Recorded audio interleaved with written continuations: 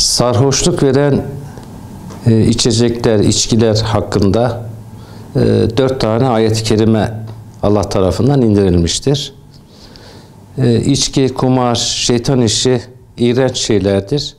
Bunlardan kaçının ki kurtuluşa eresiniz ayet-i kerimesi Rabbimiz tarafında emredildiğinde Kur'an-ı Kerim'de sarhoş edecek maddelerin kullanılması kesin olarak haram kılınmıştır. Alkol tarihsel sürümümüze bilinen ve zaman içinde keşfedilen başlıca zararları da mevcuttur. Hem tıbbi yönden hem sosyal yönden toplumsal olarak hem İslam ülkelerinde hem diğer yani dünya genelinde bunun birçok tıbbi olarak da zararları ortaya konulmuştur. Birçok çalışmalar yapılmıştır. Dinimize içki yönünden yaklaşmayın. Kesin emri, satmayın, aracılık yapmayın diye emrediliyor. Şimdi İslam bütüncül olarak insan odaklı, insana zarar teşkil ettiğinden dolayı insan bedenine, ailelere, toplumlara büyük zararı olduğu için bu bize yasaklanmıştır. Şimdi Peygamber Efendimiz Aleyhisselatü Vesselam şöyle buyurmuştur. İçki bütün kötülüklerin anasıdır. İşte şu an toplum arasında biraz tedirginlik durumu söz konusu olan özellikle bu etil alkol veyahut da uyuşturucu madde bağımlılığı, kimyasal maddelerde yani şu an dünyanın özellikle bu kimyasallar virüs gibi bir veba gibi dünyanın birinci derecede sorunu haline gelmiştir. Bunun içinde aileler, yuvalar yıkılıyor. İşte solunum yolu, kalp yetmezliği, damar tıkanıklığı belli miktarda üzerine çıkıldığı takdirde ölümlere neden oluyor. Diğer tarafta trafik kazalarına sebep oluyor. İş kazalarına sebep oluyor. İşte neticede saldırganlık durumu söz konusu oluyor. Bıçaklama durumu söz konusu oluyor. Ve bunların yani toplumdaki bu kazadı vesaire bu boşanmalar üst üste koyduğumuz zaman toplum içerisindeki iç barışı ve huzuru da yok ettiği gözlemleniliyor. İntihar ve cinayetler özellikle bu sarhoşluğun tesiriyle bilimsel olarak veyahut da emniyetimizin de söylediği bu nedenlerin %50 oranında tetiklediğini söylüyor alkolün. Şimdi 1996 yılında Türkiye'de ve diğer tarafta 30 bin boşanma vakası olduğu açıklanılıyor. Bunun da büyük oranda alkolün tetiklediği söyleniliyor. Hastalıkların sebebi işte kanser durumu söz konusu, gırtlak kanseri, ciğer kanseri gibi işte pankreas bezi hastalığı gibi birçok karaciğer hastalıkları, siroz gibi, karaciğer hastalıklığı gibi birçok rahatsızlıkların sebebi oluyor.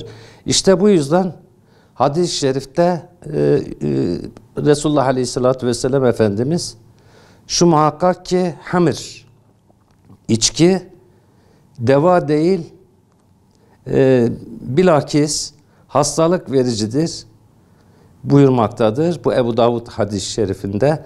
Bütün tıbbi kitaplarda alkollü içecekleri kullanmaktan ileri gelen birçok hastalığın ismi de zikredilmiştir. Şimdi Amerika'da bilim adamları araştırma yapmış. 333 bin kişi üzerinde çalışma yapılıyor. Denekler üzerinde çalışma yapılıyor.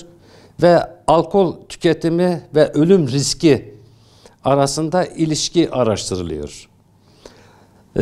Ağır içki içenlerden yaşam kaybı %25 arttığı gözlemleniliyor. Diğer tarafta kansere bağlı yaşam kaybı ise riski 67 olarak %67 olarak belirleniyor. İşte gençlerde bu durum işte zararı olmuyor diye böyle bir şey olmadığı gerçeği ortaya çıkıyor. İşte Amerikan Collegium of Coristone'da geçiyor bu. Dünyada 3 milyon insan maalesef bu alkol yüzünden hayatını kaybetmiştir. Diğer tarafta Türkiye'de sahte içki olayı bayağı bir gündemde. Şimdi rakamsal olarak diyor 100 kişiye yaklaştı yani bu sahte alkol olayında. Aslında yani sahte de olsa diğer alkol da olsa yani her ikisi de dinimizde yasaklanmıştır. Yani biri işte iyidir bunu kullanın, biri işte öldürüyor. Hayır. Dinimizde zaten insanın ölümüne sebebiyet verme yönlerindeki çalışmalarda o insanlara katil deniliyor yani. Hangi şekilde olursa olsun yani. Buna dinimiz müsaade etmiyor. Elbette ki insan canı her şeyden önemlidir. Şimdi uyuşturucunun veyahut da alkolün dini, dili, ırkı yoktur yani. Neticede insana zarar durumu söz konusudur. Dünya Sağlık Örgütü yaşlı erkek ölümlerin %7,2'sinin alkole bağlı ölümler olduğunu bildirmektedir. 20-39 yaş ölümlerin ise %13,5'u yine alkol sonrası olduğu ölümlerin olduğu bildirilmektedir. Şimdi sahte olsun, sahte olmasın, alkol kullanmak dinimizce yasaklanmıştır, zararlıdır. Hiçbir örgüt, hiçbir bilim çalışması veyahut hiçbir tıp, hiçbir kurum alkolün insan sağlığı yönünde bilgilendirme yapmıyorlar. Hepsi lehinde insan vücuduna zararı olduğu yönünde bizlere bilgi veriyorlar. Dini boyutu yönünde baktığımız zaman Rabbimiz bize bunu ben Müslümanım diyorsak bunu içmen yasaktır. İçmeyeceksin. Niye? Hem bedenine zarar, hem cebine zarar, hem ailene zarar, hem toplumuna zarar. Bu kadar zarar üst üste koyduğumuz zaman yani milli ve manevi değerlerimize zarar teşkil durumu söz konusudur. Bunun artısı olarak da tekrar yani bilinçsiz tüketilmesi veyahut da o yasak olan türden yapılması da daha çok zarar durumu söz konusu oluyor. Dediğimiz gibi insanların ölümüne de sebebiyet veriyorsak dini noktada da katil durumu söz konusudur. Böyle şeylere tevessül etmeyeceğiz. Kötülüklerin anası alkolse ve şu an toplumumuzun başının belası uyuşturucular ise burada çoluğumuzu, çocuğumuzu, gençlerimizi takip edeceğiz. Özendirici şeylerden kaçacağız. Allah'ımızın nehyettiği şeyden topluma asla bir fayda gelmeyecektir. Allah-u Teala gençlerimizi, nesillerimizi zararlı alışkanlıklardan uzak eylesin. Toplumumuzu huzura kavuştursun. Birlik beraberliğimizi daim eylesin inşallah.